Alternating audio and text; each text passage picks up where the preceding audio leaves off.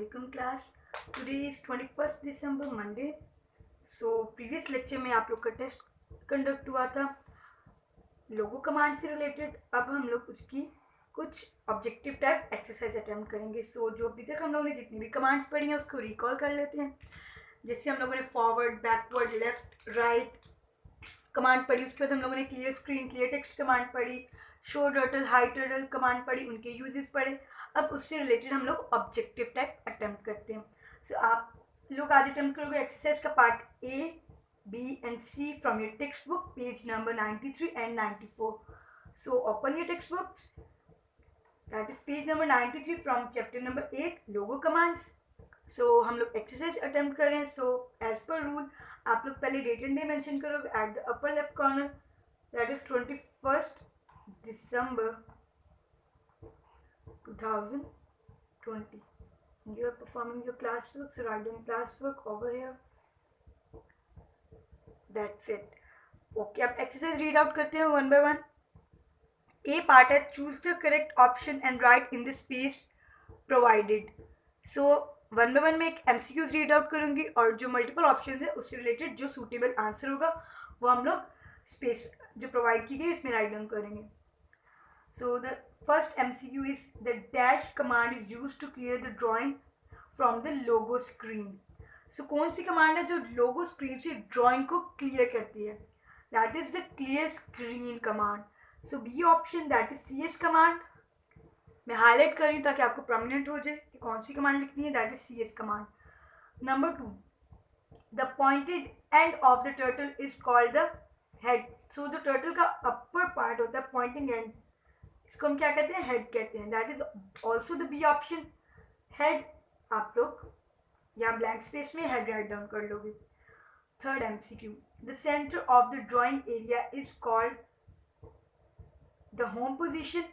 जो center drawing area की center part होता है उस मेन एरिया का या ड्राइंग एरिया का जो सेंटर एरिया होता है उसको हम लोग होम पोजीशन कहते हैं, जहाँ पे हमारा टर्टल बाय डिफॉल्ट अपीयर होता है। That is C part, home position. Number 4, to execute the command press the dash key. हम लोग किसी भी कमांड को एग्जीक्यूट करने के लिए हमारे पास दो ऑप्शन होते हैं। सिंपली यहाँ हम लोग कमांड बटन्स में से एग्जीक्यूट बटन को प्रेस कर दें या फिर कीबोर्ड से एंटर की प्रेस कर दें। The answer is A part, enter key. Fifth MCQ, the dash command disappears the turtle from the screen.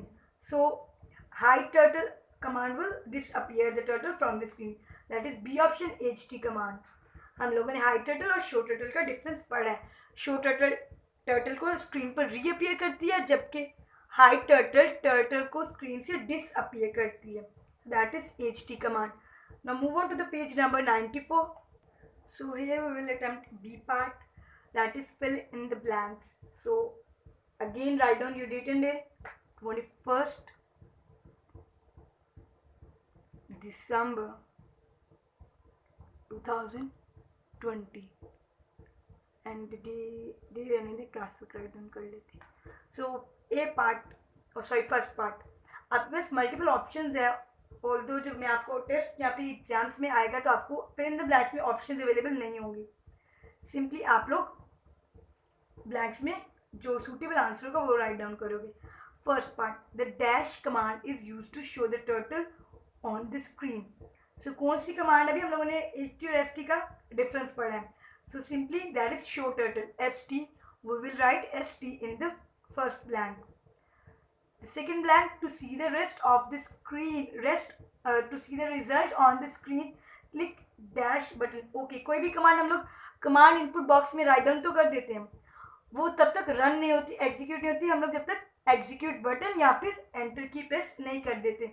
मैंने अभी प्रीवियस आपको MCQs अटेम्प्ट करते हुए बताया था कि हमारे पास कोई भी कमांड को एग्जीक्यूट करने के दो ऑप्शन होते हैं। सिंपली हम लोग कमांड बटन से एग्जीक्यूट बटन को प्रेस कर लें या फिर हम लोग एंटर की प्रेस कर लें। यहाँ पे क्या आएगा? Execute button. Third blank, backward command moves the turtle simply in the backward position and the forward command moves the turtle in the forward position. Fifth, the bottom part of the turtle is called as its tail part. Upper part is the head and the bottom part is tail part. So C part भी हमने आज ही attempt करना है, that is tick the correct and cross the wrong ones. So first part है आपके पास, to move forward we use B K command. कहते मुझे टर्टल को फॉरवर्ड मूव करना था, क्या मैं बैकवर्ड कमांड का सेंटेक्स लिखती हूँ? No, it's false. जब मुझे फॉरवर्ड मूव करवाना है तो मैं फॉरवर्ड टाइप करती हूँ, और जब मुझे बैकवर्ड मूव करवाना था मैं बैकवर्ड टाइप करती हूँ. Second statement, you can not type F D in the place of F D. So क्या मैं ऐसे कर सकते हैं हम लोग कि एफ डी राइट डाउन कर ले इस अपर केस या लोअर केस में फॉरवर्ड लिखने के बजाय? क्या ये ठीक होगा कि गलत होगा? लेट से मैंने फॉरवर्ड लिख दिया, फॉरवर्ड 20, यहाँ पे मैं लिख दूँ एफ डी 20. क्या ये गलत है? बिल्कुल भी नहीं, ये भी ठीक है, ये भी ठीक है. और अगर मैं इसको स्मॉल लोअर केस में स्मॉल अल्फ़ाबेट्स में लिख दूँ एफ डी स्पेस 20, क्या ये ठीक है कि गलत? ये भी बिल्कुल ठीक है. मैं एफ फॉरवर्ड की स्पेस पे एफ डी कैपिटल भी लिख सकती हूँ, एफ डी की प्लेस में कैपिटल की जगह मैं लोअर केस में भी लिख सकती हूँ. That's it. सो ये कमांड ट्रू है हमारे पास. You can not type, sorry false है क्योंकि उन्होंने कैन नोट किया है, बिकॉज हम तो राइट डाउन कर सकते हैं एफ डी की प्लेस पे लोअर केस या अपर केस में लिख सकते हैं. You can not type F D in the place of upper case F D. So ये फॉल्स है क्योंकि हम लोग तो लिख सकते हैं, हम लोग फॉरवर्ड भी लिख सकते हैं.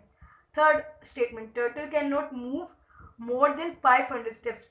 फॉल्स, बिकॉज टर्टल 500 स्टेप से मूव ज़्यादा करता है, लेकिन वो क्या करता है अपनी स्क्रीन के बाद से नीचे वाली स्क्रीन, न्यू स्क्रीन से रीअपियर होना शुरू कर देता है. जैसे हम लोगों ने रीडिंग करते हुए 800 स्टेप्स का पढ़ा था कि अगर टर्टल को 800 स्टेप्स मूव करना हो फॉरवर्ड में तो पहले 500 स्टेप अपनी स्क्रीन में कंप्लीट करेगा, देन वो स्क्रीन के नीचे से बाकी रिमेनिंग 300 स्टेप्स कंप्लीट करता है. सो फॉल्स कमांड हम लोग 500 से ज़्यादा स्टेप्स टर्टल को दे सकते हैं. Using fourth statement, using B K command you can move the turtle backwards. बिल्कुल ठीक, क्योंकि backward B K command backward move करती है, F D command forward move करती है. So this statement is true. Fifth statement, S T command is used to show the turtle on the screen. That is also true. That is, show turtle will appear the turtle on the screen, means वो turtle को show करती है screen पे. और ht command क्या करती है? Disappear करती है, गायब कर देती है, जबकि st शो करती है. So this statement is true.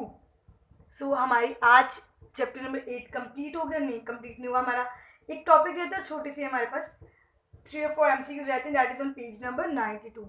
सो अभी हमारी एक्सरसाइज तो कंप्लीट हो गई है.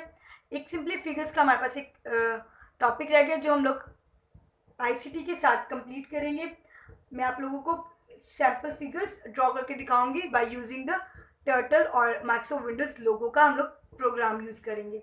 सो आज की डायरी रिकॉल कर लेते हैं कि आज की डायरी में हमारे पास क्या था.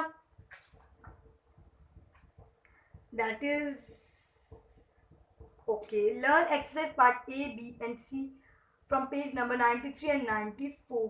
सो आप लोग अपने एक्सरसाइज को कंप्लीट भी करोगे, मीन्स नोट टेक्स्ट बुक पे राइट डाउन भी करोगे, और उसके साथ साथ आप लोग उसको लर्न भी करोगे.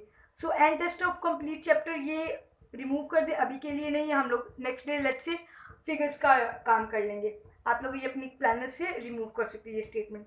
That is test of complete chapter.